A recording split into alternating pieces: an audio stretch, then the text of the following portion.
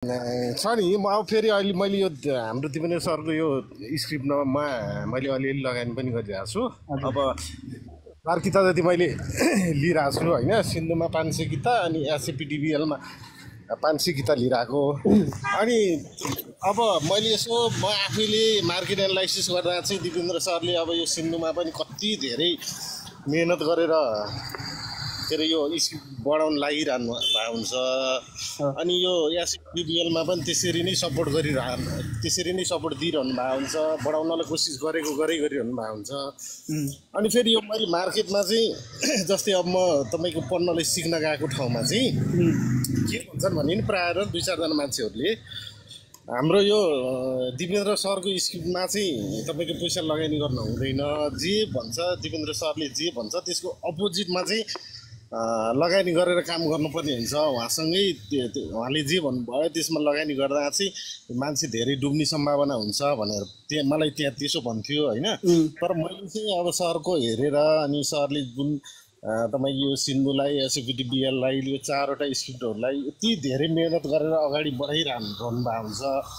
अनि धेरै मेहनत गरिरहेको देख्छु मैले, हरेक दिन म अब यसरी हेरिरहेको हुन्छु होइन।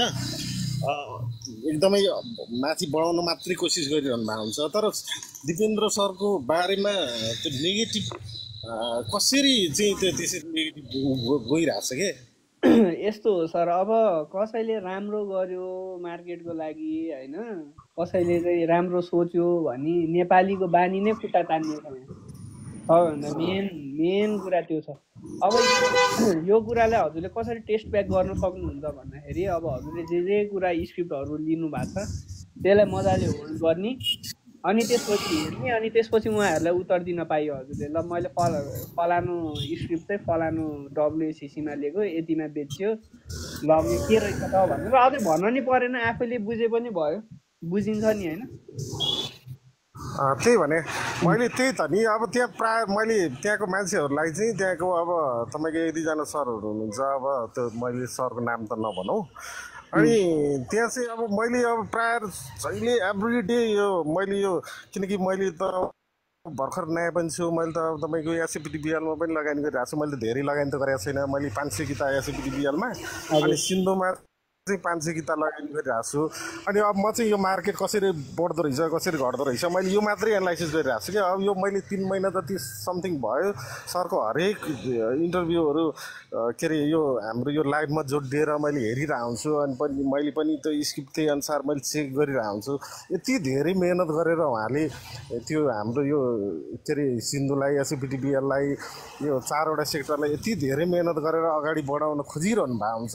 तैपनि अब फेरि अहिले एकदमै पेनिक सेलहरू पनि आइरहेछ, आउनु त नआएको होइन। तर यत्रो हुँदै पनि के अरे माथि नै लग्नलाई माथि नै बढाउनलाई खोजिरहनु भएको हुन्छ। त्यही अनि मलाई चाहिँ लाग्यो कि सरले यति धेरै मेहनत गरिरहनु भएको छ, आफ्नो स्किललाई अगाडि बढाउनलाई यति धेरै मेहनत गरिरहनु भएको हुन्छ। तर मार्केटमा चाहिँ अब फेरि मलाई त थाहा छैन है, म त्यति धेरै म यस्तो यो एकदम विज्ञ यताउता के होइन। म भर्खर 3 महिना 4 महिना जति भयो यो सेक्टरमा लागेको। अनि मैले त्यो सिक्न गएको ठाउँमा 1-2 ठाउँमा चाहिँ हुँदैन दिपेन्द्र सरको खालि के अरे डिफ्रेन्टमा लगानी गर्नुपर्छ अनि मात्रै पैसा कमाउन सकिन्छ, उहाँले जुन भन्नुभयो त्यसको चाहिँ अपोजिटमा किन्नुपर्छ भन्ने मान्छेको धारणा मैले 2-4 जनाको मैले त्यस्तो भेटेँ। मैले पनि हो कि के उहाँले चाहिँ हजुरलाई कस्तो सजेस्ट गर्नुभयो अरे, कस्तो स्क्रिप्टमा पैसा लगाउनु? मलाई चाहिँ अहिले अब जस्तै अब दिपेन्द्र सरको ले चाहिँ अब 4वटा के अरे सेक्टरमा चाहिँ ठिक छ भनेर भन्दै हुनुहुन्छ नि त। मैले पनि त्यसैमा लगानी गरिरहेको छु। तर मान्छेले त्यो म जब त्यहाँ म त्यो सिक्न जाने ठाउँमा चाहिँ दिपेन्द्र सरको अपोजिटमा चाहिँ लगानी गर्नुपर्छ, हजुरलाई के अरे अब उहाँको स्क्रिप्टमा लगानी गऱ्यो भने चाहिँ मान्छेहरू डुब्छ भनेर भने कि। त्यही त फन्डामेन्टल स्क्रिप्टहरूमा चाहिँ फन्डामेन्टल पनि हेरेर लगानी गर्ने।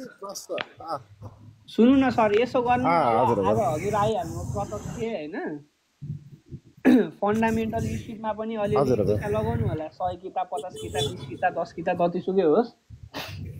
अनि त्यसपछि एकचोटि चेन्जेस गर्नु होला, कुन स्क्रिप्टले कति रिटर्न दिँदैन होला। सबभन्दा ठुलो ज्ञान चाहिँ हजुरले त्यहीँबाट प्राप्त गर्नुहुन्छ जस्तो मलाई लाग्छ है हजुर। अनि त्यसपछि टेस्ट ब्याक त्यही भने गर्नु होइन मलाई त दिपेन्द्र सरको एकदमै विश्वास भएर मैले त कुनैमा पनि लगानी गरेको छैन। हेर्नुहोस् पहिला फाइनेन्समा अलिअलि पैसा हालेको थिएँ, फाइनेन्सबाट नि मलाई मैले फाइनेन्सबाट निकालेर सबै सिन्धुमै हालिदिएको, सिन्धुमा र एसएपी बिएलमा हालिदिएको। अनि त्यो मैले चाहिँ तपाईँको सिन्धु मेरो 1085 बाई हो, अनि एसएफटी बिएल चाहिँ 1100 समथिङ 1115-16 त्यस्तै छ।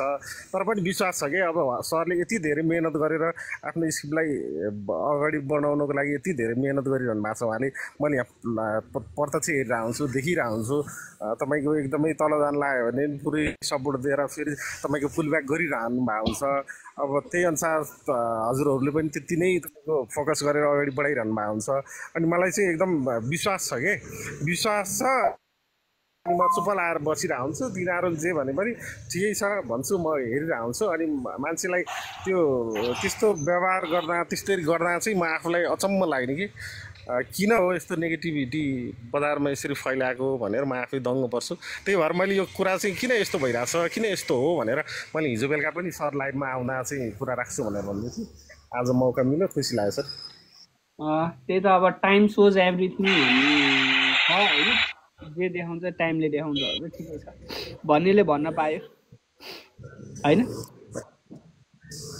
त्यही अनि त्यही भएर किन यस्तो भइरहेछ, किन यस्तो हो भनेर चाहिँ मैले सरलाई नै जानकारी गराइदिनुलाई यस्तो यस्तो यस्तो मार्केटमा हुँदो रहेछ है सर, यस्तो पनि रहेछ है भनेर चाहिँ मैले सरलाई जानकारी गराइदिनलाई मैले यसो सोचिरहेको थिएँ। आज दिन भयो, एकदम धन्यवाद है, सेयर गरिदिनु भएकोमा एकदम धन्यवाद।